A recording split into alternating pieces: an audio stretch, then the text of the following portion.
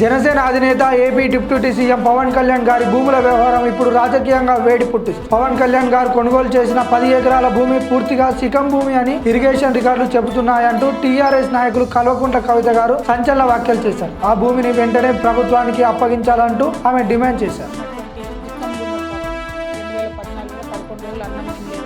బాగా బాధపడుకుంటా ఏడ్చుకుంటా తెలంగాణలో ఒక 10 ఎకరాల శిఖం భూమిని ఆయన కొనుక్కున్నాడు. కొనుక్కున్న తర్వాత ఏమైంది, ఆ కొనుక్కునే కన్నా ముందే చాలా చెరువులకు జనరల్గా ఫైనల్ చేసి మ్యాక్సిమం ఫ్లడ్ లెవెల్ అది డిసైడ్ చేయరు.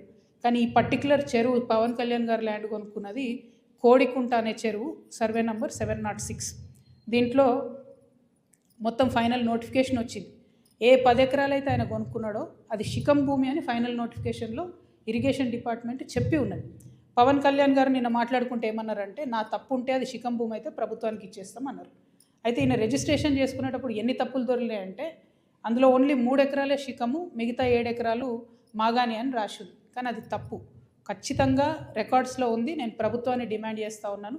ఇరిగేషన్ రికార్డులో 10 acres శిఖం భూమి అని ఉన్నది. ఆ కాగితాలు మా దగ్గర ఉన్నాయి. కానీ ప్రభుత్వం దగ్గర ఆల్రెడీ డేటా ఉంటుంది కాబట్టి మీరు చర్యలు తీసుకోవాలని డిమాండ్ చేస్తున్నాను. పవన్ కళ్యాణ్ గారు నేను అడిగేది ఏంటంటే, మీరు వాపస్ ఇస్తా అన్నారు కదా, వాపస్ ఇచ్చేసేయండి. మామూలు రైతుల దగ్గర తీసుకున్నప్పుడు కాంపెన్సేషన్ ఎట్లా ఇస్తారో గవర్నమెంట్, మీకు కూడా ఏ టీడీఆర్ ఏ పైసలు ఇస్తారు. అర్జెంటుగా వాపస్ ఇచ్చేసేయండి.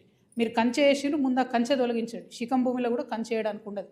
మీరు మట్టేసిండ్రు, ఆడ గోవులకు వాటికి వీటికి గ్రాసం వేస్తున్నా అని చెప్పారు. మట్టేసిండ్రు, ఆ మట్టి మొత్తం చెరువులో వేసిరు కాబట్టి అది కూడా తొలగించాలి. తక్షణమే మీరు వాపస్ ఇవ్వాలని చెప్పి నేను పవన్ కళ్యాణ్ గారిని డిమాండ్ చేస్తున్నాను. At the same